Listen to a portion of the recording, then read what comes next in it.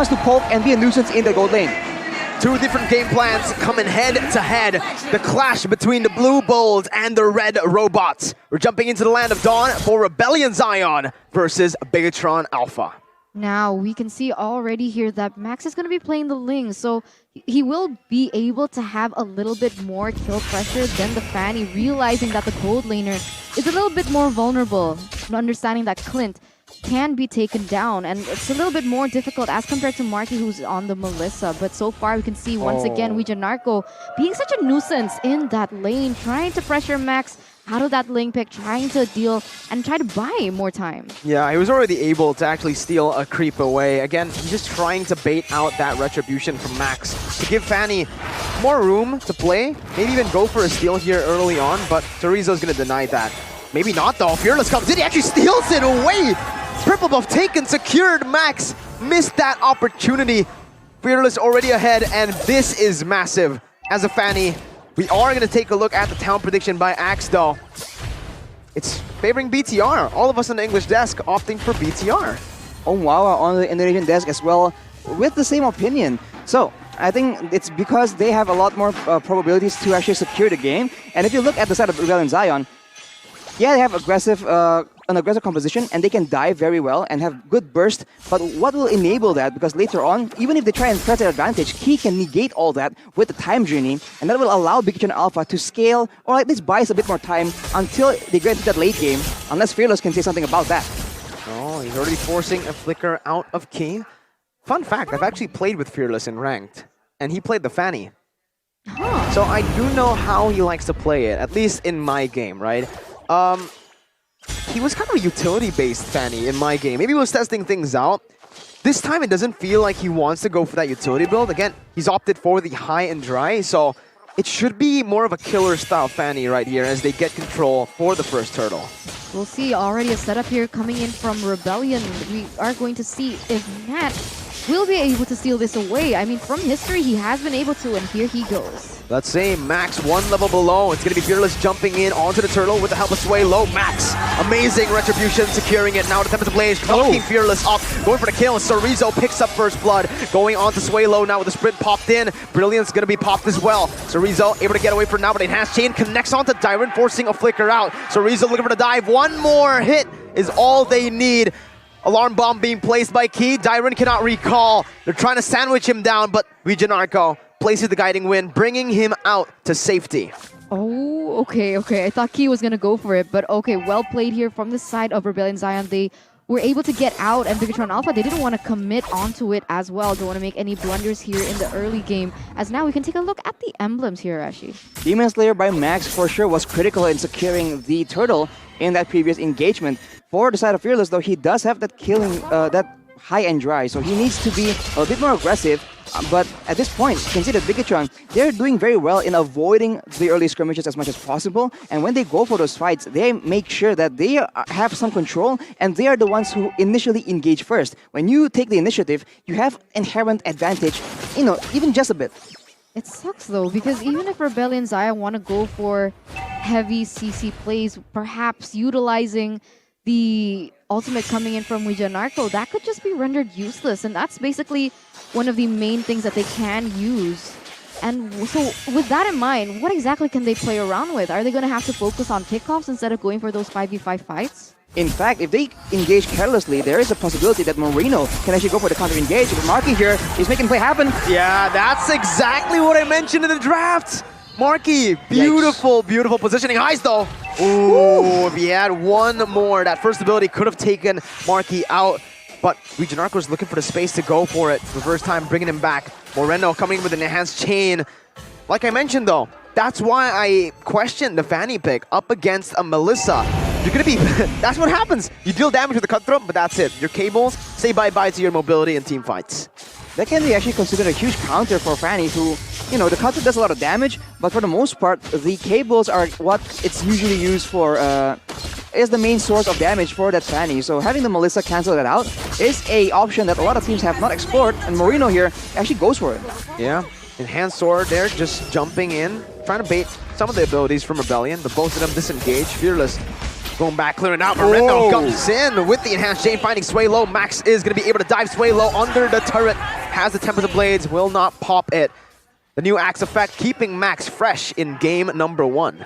2 retributions, 2 of them successful. Right now, Max once again being very clutch with that retribution. And so far, what we've seen from both of these teams is that it has reflected onto their team head-to-head. We saw that BIGETRON Alpha were able to get more kills, more objectives, and it's being seen here with the way that they're playing right now. 3,000 gold lead almost as Sorizo goes really aggressive onto Suelo. Fearless 2 jumping in, time journey popped in, Key maneuvering beautifully out with the walls played in. Fearless so far on this killer Fanny hasn't really been able to do much.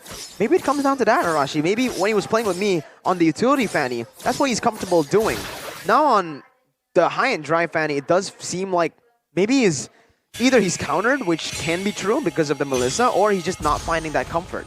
It's just very difficult for him right now because there's not a lot of easy targets for him to burst down. Usually, the Golden is very susceptible to these aggressive Fanny plays, but since Marky is on that Melissa, we've already discussed how the kit of Melissa just counters Fearless completely.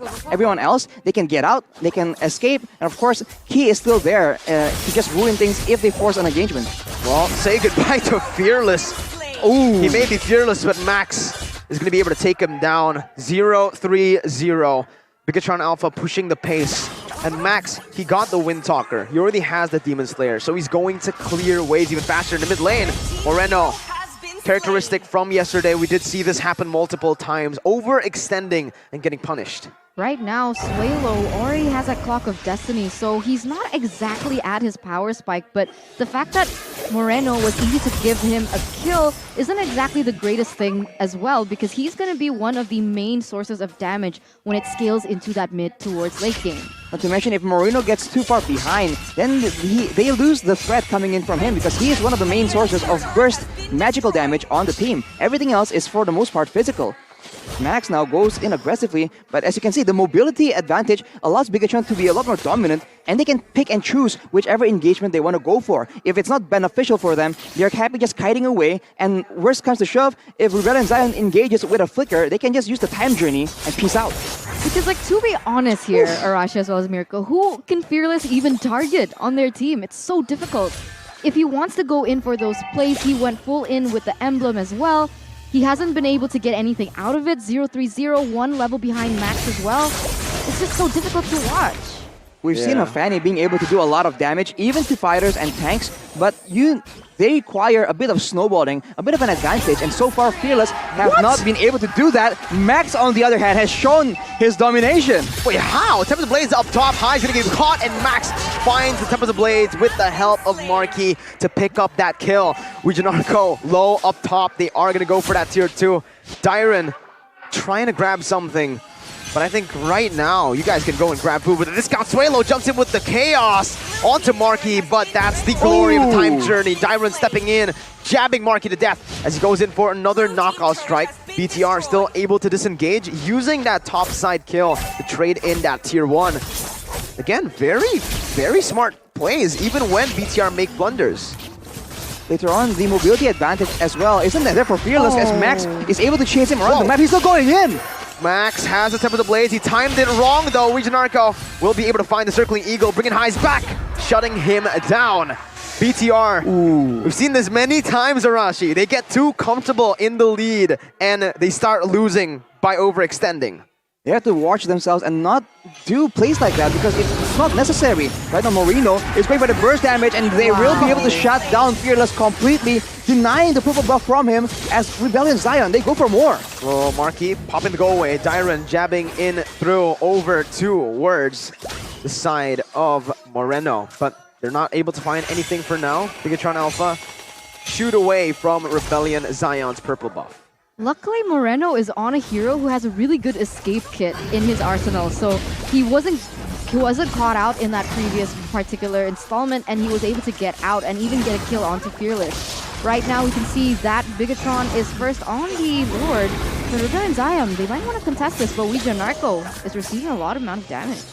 You'll be forced to back away. Right now, BIGETRON Alpha, they have a lot of DPS to work with. Marky, I recall, already has a Scarlet Phantom, So the attack speed, the criticals will be coming in. They will secure that Lord without any issue. Maybe Dairon can trade for something at the top side, but at this point, the mobility, the rotations coming in from BIGETRON Alpha is just a bit too scary. And now as we take a look at the items, you can see that Marky, he has the Wind of Nature as well, already built up with the Windtalker. So he has a lot of DPS, a lot of wave clear, more importantly, and he has a lot of security in case Fearless, Hides, or Dairon make that decisive play. It will be on the hands of Sway Low to try and counter Marky, but as we can see, he only has a Clock of Destiny, not nearly enough damage. Oh no, Fearless, he got caught. That was a beautiful enhanced chain. Moreno, my goodness. The potential of this young player really stepping up here in this game. BTR, again, they're just suffocating Rebellion Zion. They're finding the picks. Fearless 0, 6, and 1.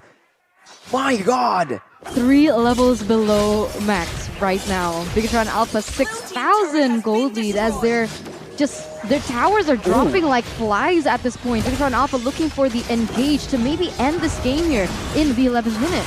Yeah, with the Lord, I don't think they will be able to do it just here. They don't have enough siege potential, especially considering that Rebellion have a whole lot of high ground pressure and wave clear. Clint and also Sway Low. I'm pretty interested though. I'm pretty intrigued by how Sway Low is dealing so much damage, right? Because when you take a look at the items, Arashi, only Clock of Destiny. Only Clock of Destiny right now, and he's doing that much. Rebellion, they have to wait for that power spike before they can actually go for a crazy engage. And right now, Circling Eagle popped in, Region Arco goes in, Fearless.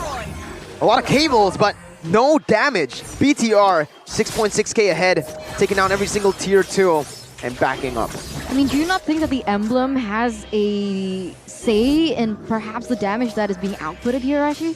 I think it more is so the kit of Lunox. It does, I think it has to do with the percentage health damage and the Lord being such a beefy target for the Lunox.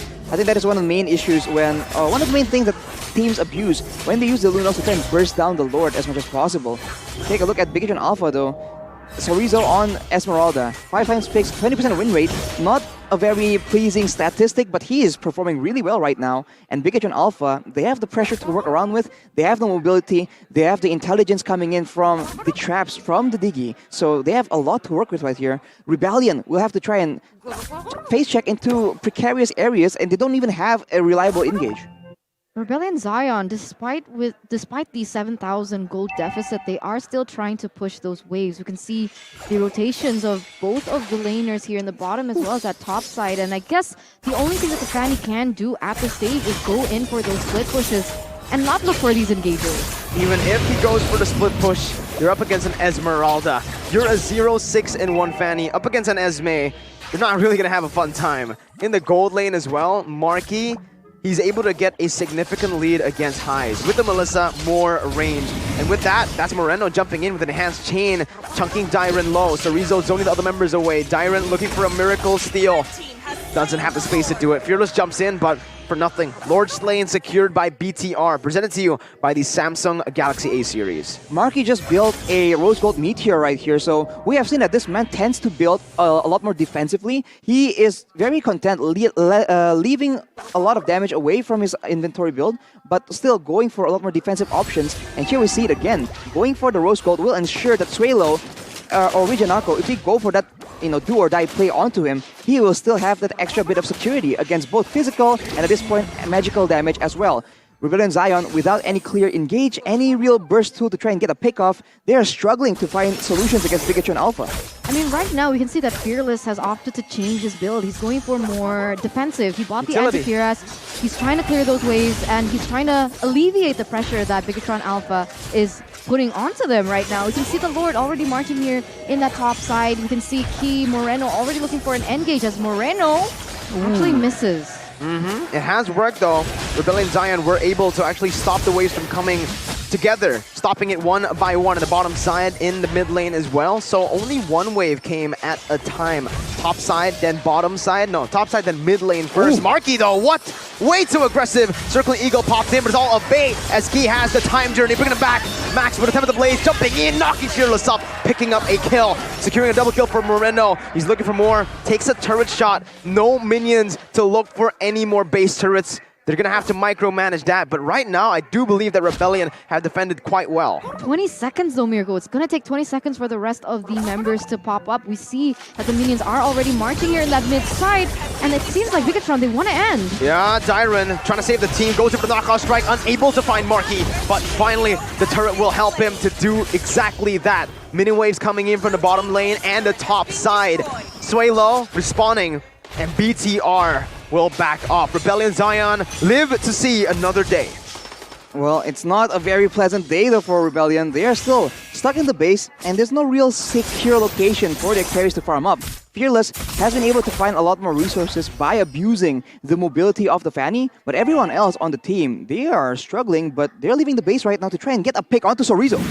Oh, instant replay though. We're taking a look at the instant replay as a fight almost erupts. But Arashi, let's talk about this bait by Marky. Marky here barely survives. He has a win of nature. He uses everything. I think the Rose Gold Meteor comes in clutch to save him as well, and that baits everyone from the side of Rebellion, going hard for Marky, but still getting countered because the AoE crowd control from BIGETRON Alpha, the Falling Star Moon, the Tempest of Blades, the Empowered Chain as well. All of these tools are so good at counter-engaging when Rebellion Zion get too close. Man, Diggy's so gross. He builds full damage, but wait. Ooh, almost there. Still has the ultimate, so he will still be able to get away. He builds full defensive and has the Divine Glaive and still deals that much of damage. It's just a little gross. Come on, Diggy's a bit OP as a roamer in this situation. Very, very OP, but BTR, again, there's not going to be any contest whatsoever. Dyron almost just taking that away, but Lord Slain presented to you by the Samsung Galaxy A series. That's not going to be him running away. Swaylo jumps with the Chaos Order flickering out. We're going to get taken down, but he pops the Enhanced Chain right before he falls. Fearless taken out as well. High's trying to cut away, jumps out of the Falling Star Moon as Max comes in. Mini waves coming in, but I don't think it's enough to really go for the end just yet. Marky jumps in again, tries to look for it, has a win of nature. Wijinarko with the Circling Eagle. He goes to his death there. BTR, they have a 4-man advantage, and Highs will not be able to do anything much. He finds Key, but BTR secure game number 1. Very one-sided game there between BIGETRON as well as Rebellion, as BIGETRON is one step closer to getting that playoff spot there, as this is going to be the battle of 6th place. But man, the drafts, man, it all started with the drafts. It was a little bit weird.